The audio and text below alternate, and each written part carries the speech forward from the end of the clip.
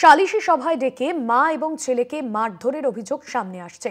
মহেশতলা পুরসভার 18 নম্বর ওয়ার্ডের ঘটনা। প্রেমিকার পরিবারের বিরুদ্ধে মারধরের অভিযোগ। আহত মা ও ছেলে হাসপাতালে ভর্তি। গ্রেফতার করা হয়েছে এক অভিযুক্তকে। সালিশি সভায় ডেকে মা ও ছেলেকে মারধরের অভিযোগ। মহেশতলা পুরসভার 18 নম্বর ওয়ার্ডের ঘটনা। প্রেমিকার পরিবারের বিরুদ্ধে মারধরের অভিযোগ সামনে আসছে। গ্রেফতার এক অভিযুক্ত। সালিশি সভায় ডেকে মারধরের অভিযোগ। প্রেমিকার পরিবারের বিরুদ্ধে এই অভিযোগ উঠছে। মা এবং তার ছেলেকে মারধর করা হয়। শুভ্রজিৎ চক্রবর্তী রয়েছেন ফোন লাইনে। শুভ্রজিৎ, ঠিক কি ঘটনা ঘটেছিল?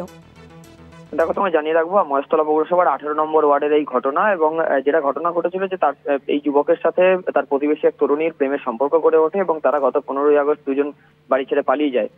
তারপরই তরুণীর পরিবারের লোকজন তারা মহেশতলা থানায় নিখোঁজের ডায়েরি করে।